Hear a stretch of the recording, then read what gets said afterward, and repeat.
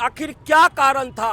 अपने आप को तोप कहने वाले मोदी जी मुझे 7 जन्म में तो नहीं हरा सकते, तो भाई क्यों हार गए आप? आम आदमी पार्टी बहुत अच्छी थी। हम तो अब भी करेंगे।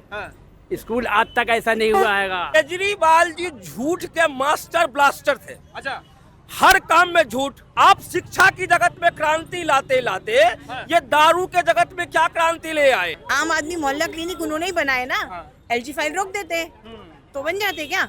वो कैसे बन गए? जो अपने का फायदा था वो LG ने करने दिया, जो जनता का फायदा था वो LG नहीं करने देता क्योंकि बीजेपी का है। ये क्या बात हुई? मेरा नाम मगन बिहारी है। जी साहब। कहिएगा, दिल्ली में सरकार भाजपा की 27 साल बाद और मुख्यमंत्री बनी है रेखा गुप्ता जी, यानी महिला चेहरा, क्या कहिएगा? रेखा गुप्ता जी कोई महिला हैं, लेकिन कोई नया चेहरा नहीं है। जैसे आपको मैं बताना चाहूंगा, 3 बार निगम पार्षद रह चुकी है, 1 बार डिप्टी मेयर रह चुकी है, एबीपी में काफी सक्रिय रही है। दूसरी बात है कि महिलाओं को आगे करना, हमारे मोदी जी का ये विचार जो है बहुत अच्छा है, उनको अनुभव है और बढ़िया रहेगा, हम बढ़िया काम करेंगे। कि केजरीवाल जी ये कह रहे हैं, विपक्ष वाले ये कह रहे हैं कि केजरीवाल जी ने आतिशी जी को बनाया सीएम, महिला चेहरा थी, इस वजह से भाजपा वालों को महिला सीएम देना पड़ा, नहीं तो कोई ऐसा देते जो मोदी जी के आगे पीछे घूमे। जहां तक केजरीवाल की बात है, केजरीवाल जी जो सत्ता है, जो कुर्सी है, उसको अपने बाबूजी का बहुत ही समझते हैं। अच्छा, वो जेल में सड़े रहे और शर्मसार होता रहा जो संवैधानिक पद है, लेकिन उन्होंने वो नहीं रिजाइन नहीं किया। जब लगा कि भाई कौन ऐसा नेता है जिसका कि कभी भी वो हमारे सत्ते से बाहर ना जाए, तो आतिशी को उठा के ला दिया। लेकिन यहाँ हमारे भाजपा में ऐसा कुछ नहीं है। एक छोटा व्यक्ति जो कि संगठन के लिए समर्पित है, वो कभी भी चीफ मिनिस्टर बन सकता है। और मैं आपको बता दूं कि अब दिल्ली का वनवास पूरा हो चुका है। हमारे विधायक जी लोगों ने अभी शपथ नहीं लिया है, लेकिन हर जगह वो उतर चुके हैं मैदान में। मैं परपरगंज विधानसभा से बिलोंग करता हूं। हमारे जो रवि नेगी जी हैं, उनको अगर आप देखोगे तो उन्होंने कई सीवर के काम शुरू करा दिए हैं, रोड बनाना शुरू कर दिया है। तो इस प्रकार से हर विधानसभा में अब भरपूर काम होने वाला है। वही तो कह रहे हैं केजरीवाल जी और विपक्ष वाले कि जब हमारी सरकार थी तब ना ये भाजपा के निगम पार्षद काम करते थे, हमको बदनाम करने के लिए काम नहीं करते थे, सारा पैसा दबाए बैठे थे। अब हमारी सरकार चली गई है तो सारा पैसा निकल के आ रहा, तो काम करना शुरू कर दिया। केजरीवाल जी झूठ के मास्टर ब्लास्टर थे। अच्छा, हर काम में झूठ, घोटाला कर लेते हैं। मुझे केंद्र ये नहीं करने दे रही, मुझे LG साहब ये नहीं करने दे रहा, मुझे ये, मैं कह रहा हूँ आप शिक्षा की जगत में क्रांति लाते लाते ये दारू के जगत में क्या क्रांति ले आए? अभी चुनाव में मैं गाना गाया करता था, उसका थोड़ा सा आपको सुनाना चाहूंगा कि मंदिर के पीछे, स्कूल के नीचे, ये हर जगह क्या है? दारू का दुकान, एक दारू पे एक दारू फ्री, महिलाओं के लिए अलग दारू की दुकान, दारू बिकने का समय को बढ़ा दिया गया। ये क्या? और वही दारू, मैंने अपने सभी भाषणों में कहा है कि वही दारू केजरीवाल को सत्ता से उखाड़ फेंका है। और अब जो है ना, वह सिर्फ विकास की राजनीति होगी, विकास का काम होगा। इसका स्वच्छंद उदाहरण आप यमुना मैया से देख सकते हैं।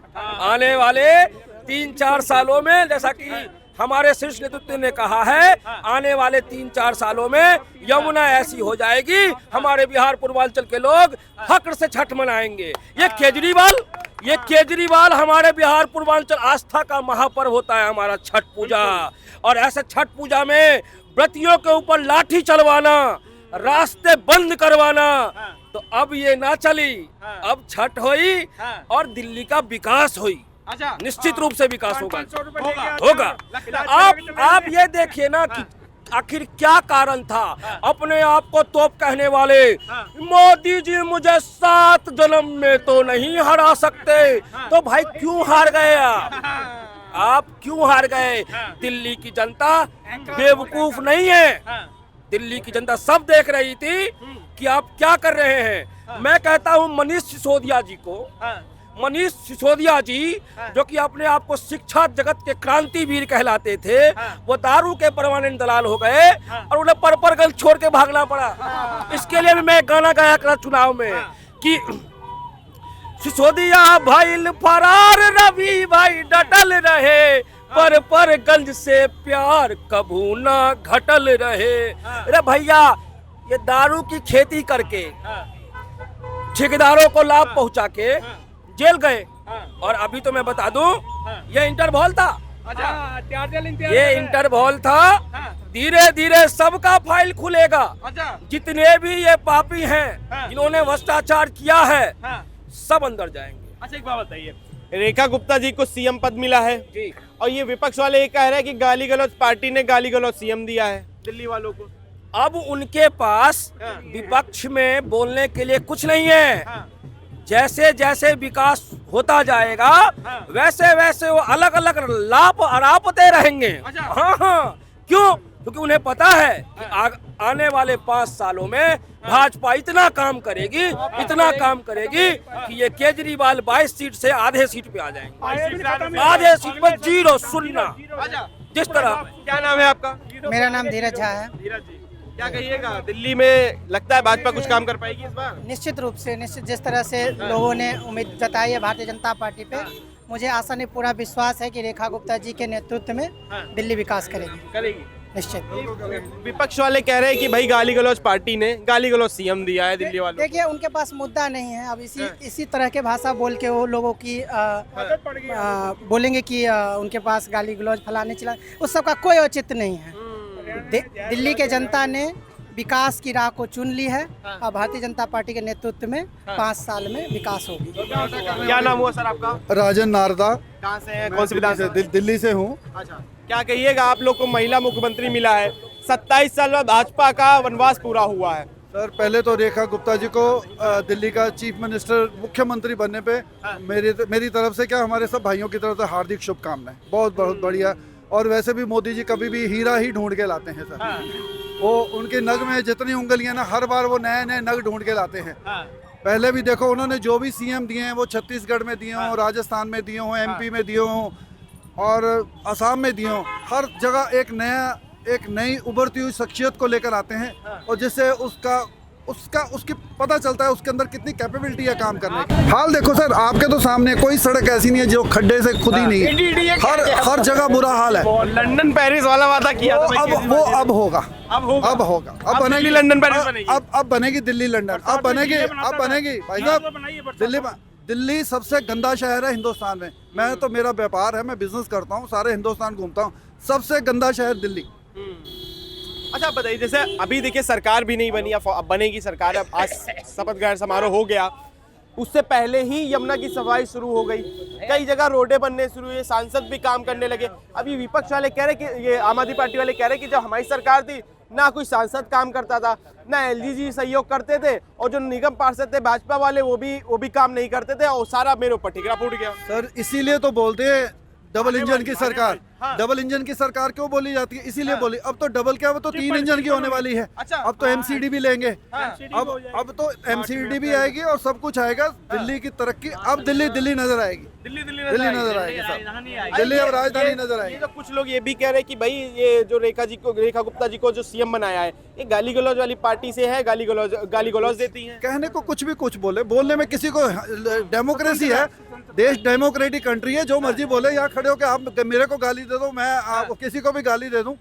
दुनिया देते ना, मोदी जी को गाली देते ना, जितनी गाली दी है ना उतनी सीट कमल खिल के आया है।